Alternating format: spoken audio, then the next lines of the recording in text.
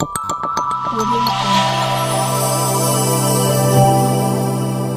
Jungle.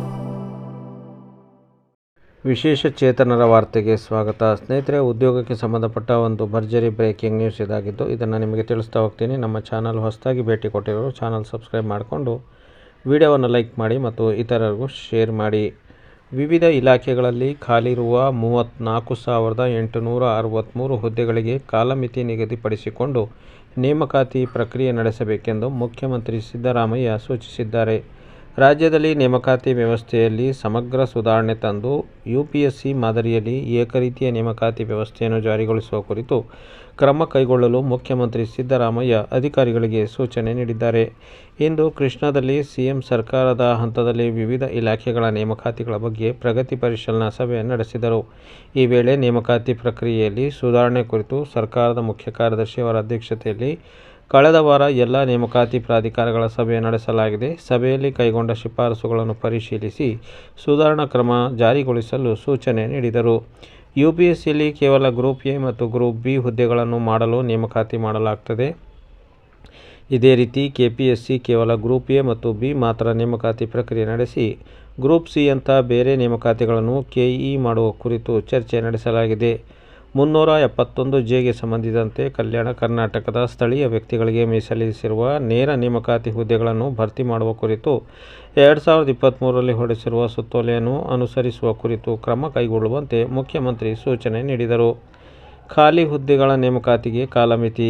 ವಿವಿಧ ಇಲಾಖೆಗಳಲ್ಲಿ ಖಾಲಿ ಇರುವ 34,863 ಹುದ್ದೆಗಳನ್ನು ತುಂಬಲು ಕಾಲಮಿತಿಯನ್ನು ನಿಗದಿಪಡಿಸಿಕೊಂಡು ನೇಮಕಾತಿ ಪ್ರಕ್ರಿಯೆ ನಡೆಸಬೇಕು. ಅಗತ್ಯ ಸೇವೆಗಳ ಇಲಾಖೆಗಳಲ್ಲಿ ನೇಮಕಾತಿಗೆ ಆದ್ಯತೆ ನೀಡುವಂತೆ ಮುಖ್ಯಮಂತ್ರಿಯವರು ಸೂಚಿಸಿದರು. ನೇಮಕಾತಿ ಕುರಿತಾಗಿ ವಾರ್ಷಿಕ ಕ್ಯಾಲೆಂಡರ್ ಸಿದ್ಧಪಡಿಸಲು ಇರುವ ತೊಡಕುಗಳನ್ನು ನಿವಾರಿಸಬೇಕು.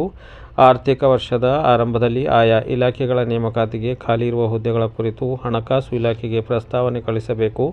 ಕಾಲಮಿತಿಯೊಳಗಾಗಿ ಹಣಕಾಸು ಇಲಾಖೆಯಿಂದ ಅನುಮೋದನೆ ಪಡೆದುಕೊಂಡು ನೇಮಕಾತಿ ಪ್ರಕ್ರಿಯೆ ಪೂರ್ಣಗೊಳಿಸುವ ಕುರಿತಾಗಿ ಏಕರೀತಿಯ ಕ್ಯಾಲೆಂಡರ್ ಸಿದ್ಧಪಡಿಸಬೇಕೆಂದು ಸಹ ಇದೇ ಮೊದಲಲ್ಲಿ ತಿಳಿಸಿದರು. ಕೇರಳ ಮಾದರಿಯಲ್ಲಿ ನೇಮಕಾತಿ ಪ್ರಕ್ರಿಯೆ ನಡೆಸುವ ಕುರಿತು ಅಲ್ಲಿಗೆ ಭೇಟಿ ನೀಡಿ ಪರಿಶೀಲನೆ ನಡೆಸಲು ಮುಖ್ಯಮಂತ್ರಿ ಸೂಚನೆ ನೀಡಿದರು. ಪಿಎಸ್ಐ ನೇಮಕಾತಿಯಲ್ಲಿ ದೈಹಿಕ ಪರೀಕ್ಷೆಯನ್ನು ಮೊದಲು ನಡೆಸಲಾಗುತ್ತಿದ್ದು, ಅಬಕಾರಿ ಇಲಾಖೆಯ ನೇಮಕಾತಿಯಲ್ಲಿ ಲಿಖಿತ ಪರೀಕ್ಷೆಯನ್ನು ಮೊದಲು ಮಾಡಲಾಗುತ್ತದೆ. ಅಬಕಾರಿ ಇಲಾಖೆ ಮಾದರಿಯನ್ನು ಪಿಎಸ್ಐ ನೇಮಕಾತಿಯಲ್ಲೂ ಅನುಸರಿಸುವ ಕುರಿತು ಪರಿಶೀಲನೆ ನಡೆಸಲು ತಿಳಿಸಿದರು.